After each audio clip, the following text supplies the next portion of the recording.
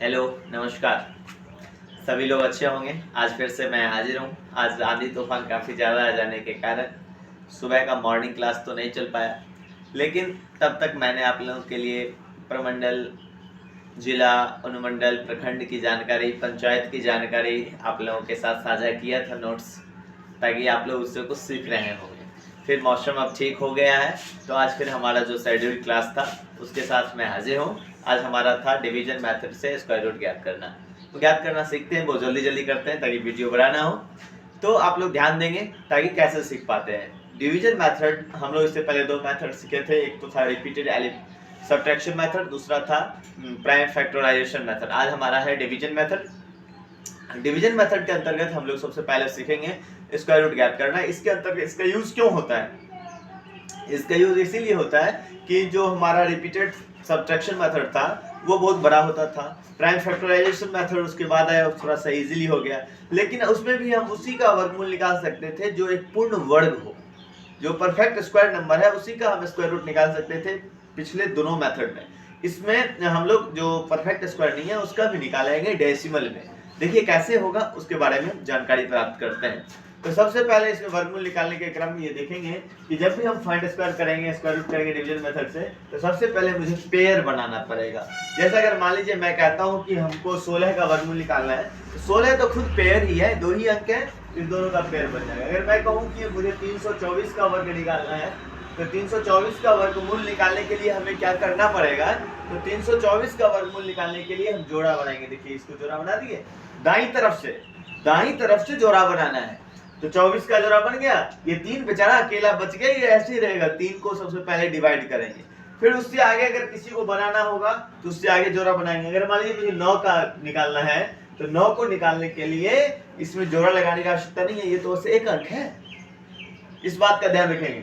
जैसे अगर मान लीजिए हमको 106.09 इसका वर्गमूल निकालना है, इसका वर्गमूल निकालने के लिए क्या करेंगे? जोड़ा लगाएंगे। देखिए 09 का जोड़ा अलग हो गया, 06 का जोड़ा अलग हो गया, एक बेचारा अकेला बच गया है, तो जोड़ा लगाना सीख गए। फिर उसके बाद इसमें यह ध्यान रखना पड़ता है कि जिस पर हम भाग की क्रिया करते हैं, तो भाग की क्रिया में एक एक अंक नीचे आता है। इसमें हमेशा जब कभी भी आएगा तो 24 का 24 आएगा, 2 और 4 अलग नहीं होगा। एकदम बढ़िया बंधन बन गया है, 2 और 4 के बीच में इतनी गहरी दोस्ती है कि ये कभी भी अलग नहीं रह सकता है। फिर हम आगे इससे आगे चलेंगे, तो इसमें भाग किससे देंगे? भाग देने के लिए तो भाजक दिया हुआ रहता है कि इससे भाग दो, लेकिन इसमें ऐसा नहीं है। इसमें ऐसा नहीं है, तो क्या करना पड़ेगा वो सोचते हैं। जैसे अगर मान लीजिए मुझे 5 से भाग देना है, तो ये याद रखिएगा कि अगर आप 5 से भाग देंगे तो 5 पंचे लगेगा और उसके अलावा आप कुछ नहीं लगा सकते। अगर आप 4 से भाग दे रहे हैं तो 4 चौके लगेगा। 3 से अगर भाग दे रहे हैं तो 3 तिया लगेगा 9। 2 से दे रहे हैं तो 2 दूनी 4 लगेगा। इस बात का ध्यान रखना पड़ेगा। तो जैसे सबसे पहले अगर 16 की बात करोगे तो 16 तो जोड़ा लग गया, जो भी भाग लेगा 16। इसमें अगर 1 से लगाएंगे तो 1 एकम 1 आएगा, 2 से लगाएंगे तो 2 दूनी 4 आएगा, 3 से लगाएंगे तो 3 तिया 9 आएगा, 4 से लगाएंगे 4 चौके 16 बन गया, इजिली बन गया। सीधा यहाँ लिखो 4, देखिए 4 चौके कितना आ गया? 16। 16 में से 16 गया, क्या हो गया? कट गया, बन गया, आंसर आ गया। कितना आंसर आया? 4 आ गया। तो इस बात का ध्यान रखिएगा, 4 चौके 16 लगाए हैं, यहाँ 4 और 4 को जोड़ना पड़ेगा, 8 आ गया। यहाँ जोड़, इधर गुना। देखो 4 चौके 16, 16 में से 16 गया, कैंसिल हो गया। अब यहाँ 4 और 4 जो 4 चौके किए थे, तो उस 4 और 4 को क्या किए? जोड़। और एक दो मैं एग्जांपल सॉल्व करते हैं, उसमें और आपको समझ आएगा। देखिए यहाँ 324 है, यहाँ 4 आंसर आया, इस बात का ध्यान रखिएगा। यहाँ 324 है, जोड़ा लगाए तो 24 अलग हो गया, 3 अलग हो गया। 3 में भाग लगाना है। सबसे पहले किसमें भाग लगाना है? 3 में। 3 में भाग लगाएंगे, मनी मन सोचो। 1 से लगाएंगे 1 एकम 1, 2 से लगाएंगे 2 दूनी 4, 4 तो ज्यादा हो गया ना, 1 एकम 1। ध्यान दो, 1 एकम 1, 3 में से 1 गया, 2 हो गया। अब यहाँ 1 और 1 को क्या करेंगे? हम जोड़ देंगे। हो गया, जो जुड़ा गया। अब आइए, एक स्टेप पूरा हुआ। कैसे हुआ? 1 एकम 1, 3 में से 1 गया, 2, यहाँ 1 और 1 को जोड़ेंगे तो 2, यहाँ तक आ गए। अब ऊपर से उतरेगा 24, एक अंक नहीं, दोनों अंक उतरेगा। अब याद रखिए, इस 2 है ना यहाँ, 2 से इसमें भाग देना है, तो 2 के आगे कुछ तो अंक लिखेंगे ना। ये याद रखिएगा कि अगर 2 के आगे आप 5 लिखते हैं तो 25 आया ना ये, तो 25 को पंचे लगाएंगे, इधर उधर कुछ नहीं।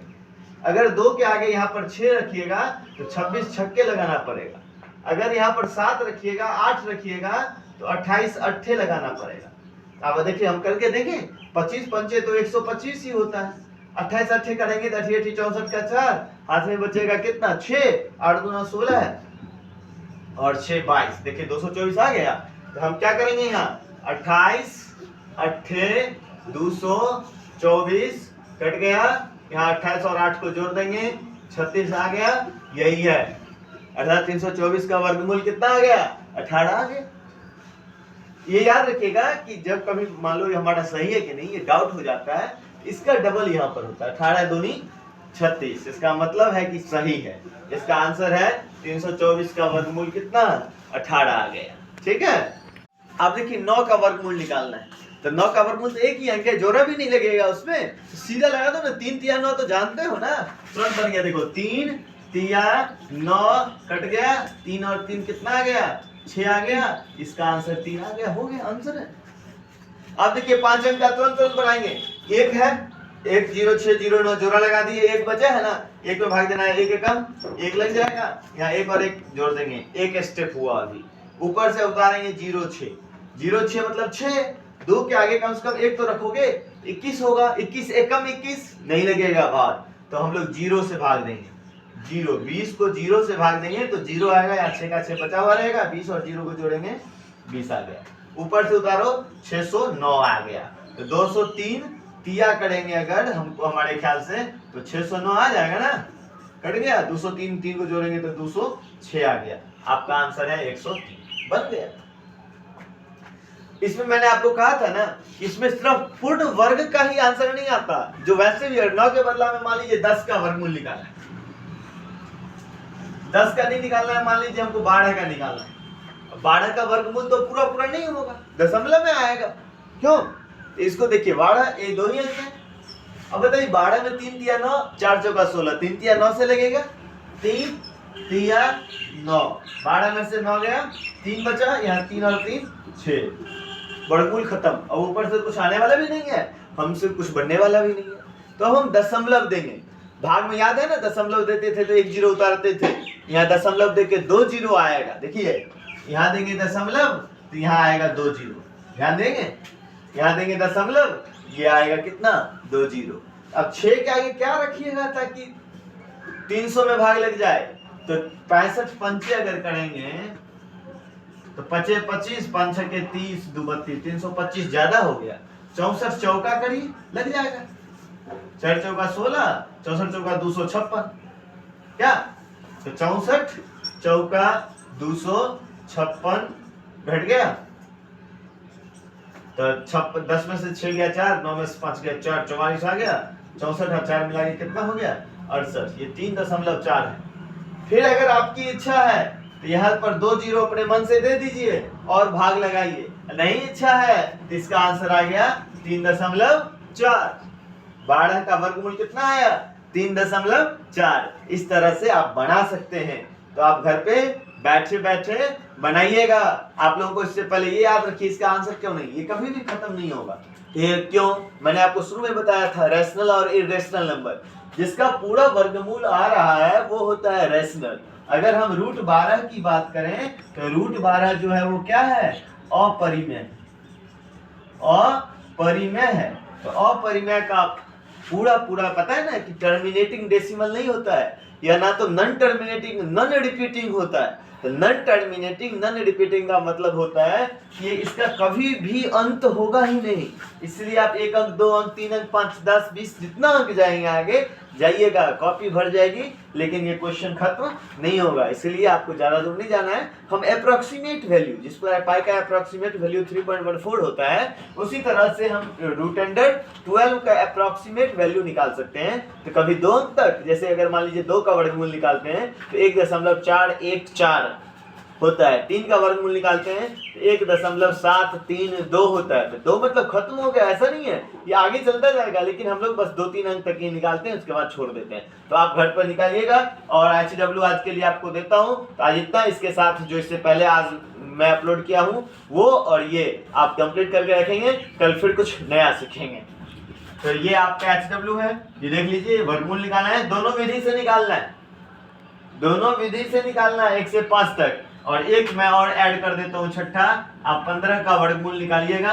ये अभाज्य गुणनखंड विधि से शायद नहीं हो पाएगा, अभाज्य विधि से दशमलव के बाद 1 अंक तक निकाल के। और मैंने आपको कंप्यूटर पढ़ाया था, आज तक कभी पूछा नहीं, मैं 3 क्वेश्चन कंप्यूटर का दे दिया हूँ। अब ऑब्जेक्टिव टाइप प्रश्न है, आप जरूर हमको बताइएगा। धन्यवाद, फिर मिलेंगे कल।